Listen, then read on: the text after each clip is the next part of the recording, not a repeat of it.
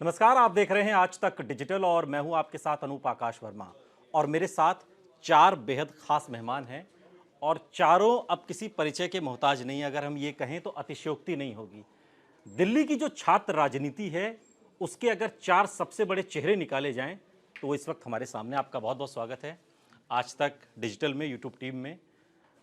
बहुत सारे सवाल हैं जो आपसे पूछने हैं और बहुत सारे वादे हैं जो आप चुनाव में करके आए हैं और अब उन्हें पूरा करने की जिम्मेदारी है। क्या ये स्ट्रेस होता है? सबसे पहले तो आपसे सवाल, चूंकि आप अध्यक्ष का चुनाव आपने जीता है तुषार, क्या ये स्ट्रेस होता है या कई बार चुनावों में हम देखते हैं बड़े बड़े नेताओं को, अभी तो आपकी तो शुरुआत है, कि कई ऐसे वादे कर देते हैं जो बाद में कहना पड़ता है कि साहब चलो ठीक है, चुनाव में ऐसा करना पड़ता है। छात्र राजनीति में भी क्या ऐसा होता है? नहीं सर, क्या है कि अगर मैं पहले साल आया होकर मतलब आकर एकदम ही छात्र संघ चुनाव लड़ूं तो वो स्ट्रेस है।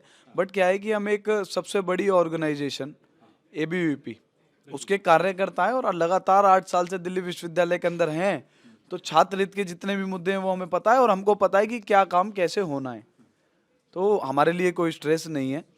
छात्र हित की बात जहाँ भी आती है हम वहाँ खड़े रहते हैं। और ठीक है, अभी आप क्या कहेंगे? चूंकि एनएसयूआई बहुत ज़ोर शोर से, चूंकि सभी तैयारी करते हैं चुनाव में, न सिर्फ एबीवीपी एनएसयूआई बाकी और भी जो लेफ्ट की पार्टियां हैं, लेकिन एनएसयूआई की तरफ से आपने मोर्चा मारा है।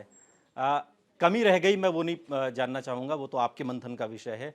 लेकिन अब आप क्या चुनौतियां और क्या जिम्मेदारी समझ पा रहे हैं अपनी उपाध्यक्ष बन के? जिम्मेदारी यही है कि अब हमें जो लड़ाई है छात्रों की ही लड़ाई लड़नी है। जो समस्याएं परेशानियां थी पहले, एक अगर मेरा कोई साथी आता तो साथ में लड़ते, पर अब हम अकेले। बाकी जो मुद्दे होंगे छात्रों के, हम साथ हैं ही, जैसा कि मैंने कहा, तो ऐसा कुछ नहीं है।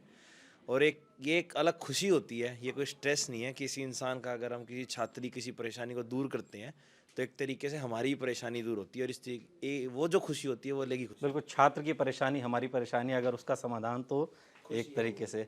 लेकिन अर्पिता, चूंकि आपसे सवाल है, आपने भी चुनाव जीता और एक ग्रामीण पृष्ठभूमि से आप, और फिर ये राजनीति का जो, जिसे हम पहला चैप्टर कहते हैं, पहला अध्याय, वहाँ से शुरुआत एक तरीके से आपकी हो रही है।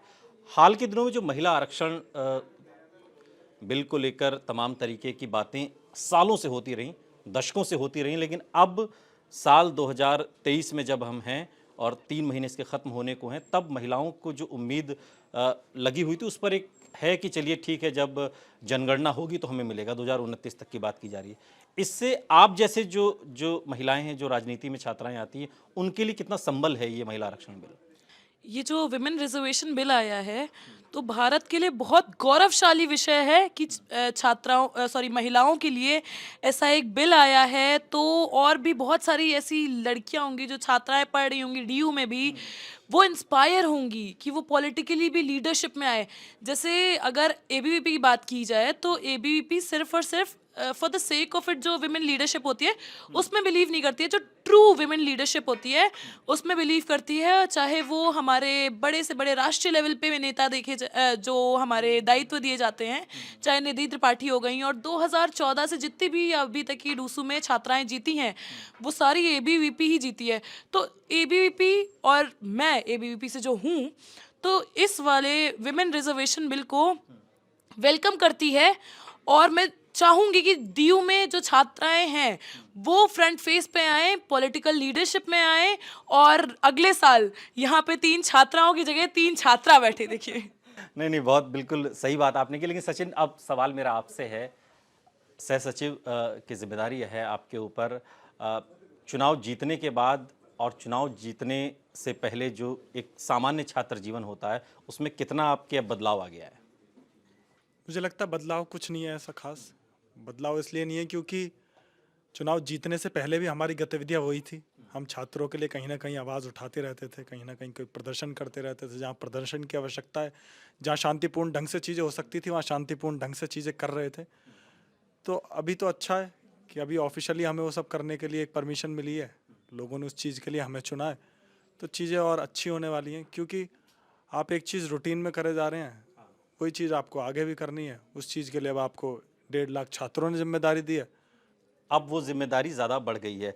तुषार, लेकिन चूंकि छात्र का जो जीवन होता है, छात्र राजनीति का जो जीवन होता है, वो सिर्फ उस यूनिवर्सिटी, उस कैंपस तक सीमित नहीं रहता। छात्र हुकूमत बनाता भी है और उसको ख़राब भी कर देता है। हम जेपी से शुरू करते हैं और उसके बाद अन्ना मूवमेंट तक जब हम आते हैं तो हम ऐसे तमाम आंदोलनों को देखते हैं। मैं ये नहीं कहता कि आज भी किसी आंदोलन की ज़रूरत है या नहीं है, लेकिन तब भी एक सवाल है कि चुनावों को लेकर छात्रों के मन में किस तरीके की सुगबुगाहट रहती, कैसी चर्चा। आप चूँकि अध्यक्ष हैं, आपसे सैकड़ों स्टूडेंट्स रोज़ाना मिलते होंगे, क्या वो चुनावों को लेकर भी सोचते हैं? जैसे आगामी चुनाव अभी होने वाले हैं या फिर आम चुनाव होंगे, उनको लेकर भी क्या छात्र सोचते हैं? मतलब क्या है कि यूनिवर्सिटी के अंदर है ना, इंटरेस्ट है हर हर व्यक्ति का हर अलग अलग चीज़ों में। अब आप किसी नॉर्मल स्टूडेंट से चुनाव की बात करोगे तो उसे कोई इंटरेस्ट नहीं आएगा, बट क्या है कि कोई कुछ ऐसे जो छात्र हैं जो पॉलिटिकली थोड़ा एक्टिव हैं दिल्ली विश्वविद्यालय के अंदर, अगर आप उनसे थोड़ा चुनाव की बात करोगे तो इंटरेस्टेड है उनके लिए। तो उसमें क्या है कि छात्र बात भी करते हैं और हर कोई कहीं ना कहीं इंस्टा पे, फेसबुक पर, सोशल मीडिया के माध्यम से कहीं ना कहीं वो आगे की राजनीति के बारे में, चाहे वो छात्र संघ चुनाव हो, चाहे वो देश का कोई चुनाव हो, सब बारे में बातें होती हैं। और दिल्ली विश्वविद्यालय तो मतलब आप मान के चलिए कि एक ऐसा विश्वविद्यालय जहाँ बिल्कुल हर जगह से वहाँ तो लोग आते हैं। दिल्ली यही सवाल अभी मेरा आपसे भी है, क्योंकि दिल्ली एक ऐसा दिल्ली यूनिवर्सिटी में सिर्फ दिल्ली के लोग, दिल्ली के बच्चे नहीं पढ़ते हैं, पूरे हिंदुस्तान से अलग अलग जगहों से आते हैं। लेकिन जब चुनाव की बात आती है तो उसमें छात्र बहुत बड़ा किरदार उसमें निभाते हैं कि कहीं का भी चुनाव हो। चुनाव को लेकर या इस तरीके की बातों को लेकर, सत्ता को लेकर, सत्ता के बदलाव को लेकर, इस तरह की बातें क्या आपके बीच होती हैं? छात्र आपसे भी मुलाकात करते होंगे, उनके मन में किस तरीके की बातें हैं? ज़्यादा तो नहीं, इस बार सिर्फ हमने एक ही बात जो उनके सुनने को आई छात्रों से कि हम यहाँ पढ़ाई करने आए हैं, पढ़ाई के बाद क्या, सिर्फ उनसे रोज़गार के बारे में हमने सबसे ज़्यादा सुना कि हमें रोज़गार यहाँ के बाद मिलेगा या नहीं। अच्छा, ये मतलब बेरोजगारी का प्रश्न बेरोजगारी का तो मुद्दा था, बस छात्रों ने ये किया। ज़्यादा राजनीतिक छात्र 12वीं पास करके आता है, उनका होता नहीं, विश्वविद्यालय में ज़्यादा इंटरेस्ट होता है उनका, वो उन्हीं की बात ज़्यादा करते हैं चर्चाओं में, उनकी कैंटीन, उनकी चर्चा होती है। ये चीज़ें आप लोग समझाते हैं जो जिस रोजगार की आप बात कर रहे हैं? नहीं, रोज़गार सबसे पहले तो हम उनके छात्र की जो विश्वविद्यालय के हक हैं उन्हीं के बारे में उन्हें समझाते हैं, जो कैंटीन की बातें करते हैं, जो उनके मुद्दे हैं मेन, उन्हीं पर ज़्यादा काम हमने किया। अच्छा तुषार, एक चीज़ चूँकि वादे तो कई किए जाते हैं। देखिए डीटीसी में पास तो सभी का बनता है, हम जानते हैं। मेट्रो में पास भी बने, इसकी बात लंबे समय से इसकी मांग हो रही है। कुछ उम्मीदें आपसे भी हैं, कुछ बातें आपकी तरफ से भी हैं। इस दिशा में क्या कुछ कुछ प्रगति हम देखेंगे या कुछ इसमें आगे चीज़ें? सर कल हमने क्या है कि अपने ऑफिस का कल हमारे का उद्घाटन हुआ और हमने अपना हवन कर कर अपने ऑफिस को खोला। और ऑफिस खोलते ही रात को मैंने इस विषय पर बात भी की और मतलब ऑन पेपर मैंने एक डायरी बनाई जिसमें हमारे जितने सारे मुद्दे थे वो बनाए और उनके आगे बिल्कुल प्रॉपर हर तरीके से एक एक पेज छोड़कर वो लिखा है कि इसके अंदर अब हम क्या कर सकते हैं। तो हमारी एक बैठक कल ही हो चुकी है मेट्रो कंसेशन पास को लेकर। तो बिल्कुल आप मतलब ये मानिए कि अखिल भारतीय विद्यार्थी परिषद और दिल्ली विश्वविद्यालय छात्र संघ पहले दिन से ही छात्र हित के लिए एक्टिव हो चुका है और वो मतलब अपना आगे आने वाले समय के अंदर जितने भी हमने अपने मैनिफेस्टो डाले हैं उन सभी को पूरा कराने के लिए प्रॉपर मांग करेंगे और उनकी लड़ाइयाँ लड़ेंगे।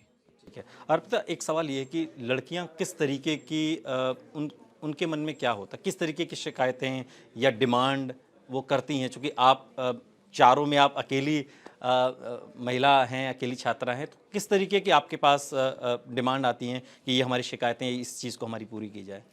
जब छात्राएं अपने, जैसे मुझ जैसी छात्राएं जो दूर से पढ़ने में यहाँ पे आती है पढ़ने, तो उनके घर वालों की और उनके दोनों के मन में एक जो विशेष चीज़ रहती है वो है विमेन सेफ्टी की। तो अभी जैसा कि देखा जा रहा है, हमारे मैनिफेस्टो में भी ये चीज़ थी और एबीवीपी निरंतर सेल्फ डिफेंस की ट्रेनिंग तो करवा ही रही है, पर पिंक बूथ हो और पीसीआर पेट्रोलिंग होती रहे। तो इस चीज़ की एबीवीपी मांग कर रहा है और कॉलेज के अंदर बाहर दोनों तरफ कैमरा हो। अब ये तो बात रही दिल्ली विश्वविद्यालय की। और अगर हम, जैसे कि बात चली रही थी कि अभी आने वाले इलेक्शन में हम लोग क्या करेंगे, तो अखिल भारतीय विद्यार्थी परिषद किसी भी पॉलिटिकल पार्टी से एफिलिएटेड नहीं है, इंडिपेंडेंट ऑर्गेनाइजेशन है। तो हमारा ये जो जिम्मेदारी होती है कि हम लोग स्टूडेंट्स तक की क्या पहुंचाएं, तो हम जागरूकता अभियान करते हैं कि जो 18+ जो स्टूडेंट्स हैं दिल्ली यूनिवर्सिटी में पढ़ने आ रहे हैं, तो वो वोट देने ज़रूर जाएं। और जो भी राष्ट्रवादी पार्टी होगी, जो देश के लिए सोचती होगी, उस पार्टी को वोट दे। हम किसी पार्टी से ये नहीं बोलते कि जाएं आप जाके इस पार्टी को वोट दे, उस पार्टी को वोट दे। जो देश का हित करे उस पार्टी को वो जाके वोट दे। और दूसरी बात, मुझे अटल जी की एक बात याद आती है कि सरकारें आएंगी जाएंगी, देश रहना चाहिए। देश रहना चाहिए। और इसी पर चूंकि वक्त की भी अपनी एक सीमा है, एक आखिरी सवाल, चूंकि आज के समसामयिक विषय पर बिहार से शुरू तो राज्यसभा से हुआ था, लेकिन बिहार की राजनीति में भूचाल आ गया उससे। जो एक ओम प्रकाश वाल्मीकि जो दलित साहित्यकार थे, उनकी जो कविता है, तुषार आपसे ही शुरुआत में करूंगा, कि जो उन्होंने ठाकुर पर जो कविता सुनाई थी 1981 में लिखी थी, उस पर आज विवाद हुआ और ठाकुर बनाम ब्राह्मण, इस तरीके की बातें हो रही हैं। इस तरह के जब जाति चूंकि समाज की हकीकत है, उससे हम इनकार नहीं कर सकते, एक संवैधानिक ढांचा है उसका, इस पर युवा क्या सोचता है, आप लोग क्या सोचते हैं जो छात्र राजनीति में अब एक तरीके से अपनी शुरुआत कर रहे हैं? सर हम तो क्या है कि दिल्ली विश्वविद्यालय के अंदर मतलब जो ये जातिवाद शब्द है, इससे ही बहुत दूर रहना पसंद करते हैं। और हमारा जो संगठन है वो सर्वोपरि है, सबके लिए है, चाहे वो किसी भी जाति का हो, किसी भी समाज का हो, किसी भी धर्म का हो। हमारे संगठन में सबका स्वागत है और हम इन सब चीज़ों से मतलब जातिगत टिप्पणियों से बहुत दूर रहते हैं। हमारा संगठन भी बहुत दूर है। ठीक है, अभी आपकी क्या टिप्पणी है इस पर? हाँ, हमारा भी यही है। हम तो विश्वविद्यालय में अलग अलग स्टेट के हैं जो बच्चे, उन्हें देखते हैं। सिर्फ अपने ही स्टेट के बच्चों का हमें पता होता है, जातियों का उनका। जो दूर की स्टेटें हैं, साउथ है, वेस्टर्न है, वहाँ का तो स्टेट का पता भी नहीं कौन सी जाति है, सिर्फ नाम पता होता है, स्टेट से जाना जाता है बच्चा। तो ऐसा कुछ भी नहीं है। सचिन, आपकी क्या टिप्पणी? चूंकि ये राजनीतिक विषय हो जाता है, तमाम बड़े नेता इस पर अपनी क्रिया प्रतिक्रिया इस पर आने लगती हैं, तो विषय उस कैनवास पर उभरने लगता है। तो उस लिहाज से जो नए आप जैसे राजनीति में आ रहे हैं, वो लोग क्या राय रखते हैं इस पर? मुझे लगता है इसका बड़ा सरल सा उत्तर है कि जिस संगठन से मेरा ताल्लुक है, वहाँ जो सिस्टम है वो मैं आपको थोड़ा बता सकता हूँ। हमारे संगठन में कभी भी सरनेम्स को नहीं एड्रेस किया जाता। जो भी आपका नाम है बस उसके पीछे जी लगाकर उसे ख़त्म कर दिया जाता है। तो अगर आप कभी सरनेम बताएंगे भी तो भी वो वहाँ इंटरेस्ट नहीं आता कि आपका सरनेम कुछ भी है। आपकी जो कार्य करने की शैली है, उस शैली के आधार पर तय किया जाएगा कि आप किस प्रकार के व्यक्ति हैं। अर्पिता, आपसे यही सवाल है, लेकिन उसमें एक लाइन और मैं जोड़ूंगा, क्योंकि महिला आरक्षण बिल में ओबीसी महिलाओं की भागीदारी नहीं है और उसको लेकर सत्ता पक्ष से भी कुछ एक आवाज़ें उठी हैं और विपक्ष तो इस बात को कही रहा है। उस पर आपकी क्या प्रतिक्रिया है? प्लस जो इस तरह के इश्यूज होते हैं जिस पर बड़े बड़े राजनेता अपने बयान देते हैं और वो एक चर्चा का, विमर्श का केंद्र बनता है, मसलन ब्राह्मण और ठाकुर को लेकर जो भी बात बिहार में हो रही है, इस पर आपका क्या रिएक्शन है? ये जो विमेन रिजर्वेशन बिल आया है तो वो सभी महिलाओं के लिए है, उठाने के लिए। तो जब जातिवाद की बात आती है तो हमारे संगठन में जिन विचारों से मैं आई हूँ उसमें ये बोला जाता है, ना जातिवाद ना क्षेत्रवाद, सबसे ऊपर राष्ट्रवाद। तो अखिल भारतीय विद्यार्थी परिषद हमेशा से सिर्फ राष्ट्रवाद की बात करते आए हैं। और अगर आप मेरा नाम देखेंगे तो उसमें भी आपको कोई सरनेम नहीं मिलेगा। तो ये भी स्टूडेंट्स में कुछ जो स्टूडेंट्स जो जातिवाद करते होंगे उनमें ये भी प्रश्न था कि क्या है अपराजिता। तो यदि कोई छात्रा आ रही है और उसकी किसी जाति विशेष से नहीं आ रही है, तो यही प्रमाण देता है कि हमारे संगठन कितना जाति को इम्पोर्टेंस देता है। तो यहाँ हमारे संगठन और हम खुद भी अपने सिर्फ देश हित की ही बात करेंगे, स्टूडेंट्स के हित की बात करेंगे, विमेन एम्पावरमेंट की सिर्फ बात ही नहीं, उसके लिए काम करेंगे। बहुत बहुत शुक्रिया आप सभी का। और बहुत सारे सवाल और बहुत सारे सवालों के बहुत सटीक जवाब। और अक्सर कहा जाता है कि बच्चे देश का भविष्य होते हैं और छात्र राजनीति से निकले हुए अगर इन चेहरों को आप देखेंगे तो ये जितना भविष्य है उससे ज़्यादा वर्तमान है।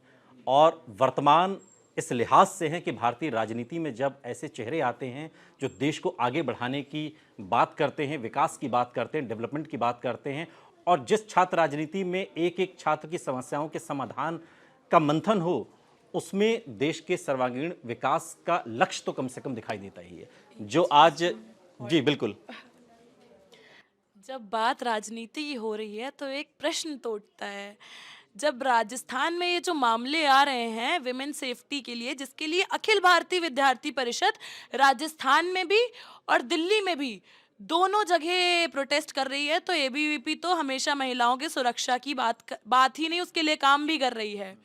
यहाँ पे जो राजनीतिक दल जो हैं, अगर वो कोई भी ऐसा काम करते हैं जो महिलाओं के खिलाफ हो, तो अखिल भारतीय विद्यार्थी परिषद सबसे पहले उसका आवाज़ उठाती है, और ये निरंतर उठाती रहेगी, ये जब तक कि अखिल भारतीय विद्यार्थी परिषद दूसू में है तब भी रहेगी। और दूसरा जो चीज़ थी कि जब आप स्टूडेंट पॉलिटिक्स की बात करते हैं, तो राजस्थान के चुनाव का क्या हुआ, वहाँ पे तो कांग्रेस की गवर्नमेंट है। कुछ कहना चाहेंगे अभी? बिल्कुल।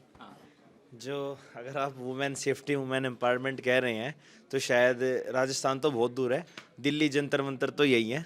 हमारी वुमेन रेस्टलेस बैठी थी जब विद्यार्थी परिषद की जो हमारी बहन है वो कहाँ थी, और जो मणिपुर सुप्रीम कोर्ट के बाद वो एफआईआर फिर दर्ज की गई। हाँ, वो बैठे थे कम से कम 1 महीने के आसपास जब हम थे, जब विद्यार्थी परिषद हमें नज़र नहीं आया, ना मणिपुर का जो केस है सबके आगे, जब हमें विद्यार्थी परिषद शायद कहीं नज़र नहीं आया। ये सवाल क्या जायज़ है? इसमें तो कोई ऐसी जब आपने मणिपुर का इंसिडेंट उठा ही लिया, तो वो जो इंसिडेंट हो रहा है, सबसे पहले तो गवर्नमेंट उसको कंट्रोल करे, उस चीज़ के लिए मांग एबीवीपी ने की। और वो जातिगत हिंसा है, यदि आप देखेंगे जो रोकेगा कौन? तो रोकने की जिम्मेदारी सबसे पहले तो वहाँ पे लोगों में राष्ट्रवाद हो, इस चीज़ के लिए भी एबीवीपी का। लॉ एंड ऑर्डर भी तो कोई चीज़। जी, वो तो गवर्नमेंट का काम है ना, वो एबीवीपी जैसा हमने बोला कि इंडिपेंडेंट। मैं गवर्नमेंट की बात कर रहा हूँ, मैं गवर्नमेंट की बात। मैं आपको बताती हूँ, तो इस चीज़ के लिए वहाँ का लॉ एंड ऑर्डर ठीक हो, इस चीज़ के लिए एबीवीपी मांग कर रही है, और वहाँ पे जातिगत हिंसा ना हो, इस चीज़ के लिए भी एबीवीपी मांग कर रही है। और जब जातिगत हिंसा होती है ना, जब राइट्स होते हैं जाति के नाम पे, तो एबीवीपी का यही मानना है कि यदि राष्ट्रवाद की भावना सब में होगी, तो ऐसी जातिवाद सारी चीज़ें जो राइट्स हो रहे हैं जाति पे, वो नहीं होंगे। चलिए, लेकिन कई बार धर्म के आधार पर भी चीज़ें बिगड़ जाती हैं, उसको भी पटरी पर लाना बहुत ज़रूरी। बहुत बहुत शुक्रिया आप सभी का, तुषार आपका, सचिन आपका, अभी आपका बहुत बहुत शुक्रिया आप सभी का। यहाँ रुक रहे हैं, लेकिन आप कहीं जाइएगा नहीं, बने रहिए हमारे साथ, देखते रहिए आज तक डिजिटल।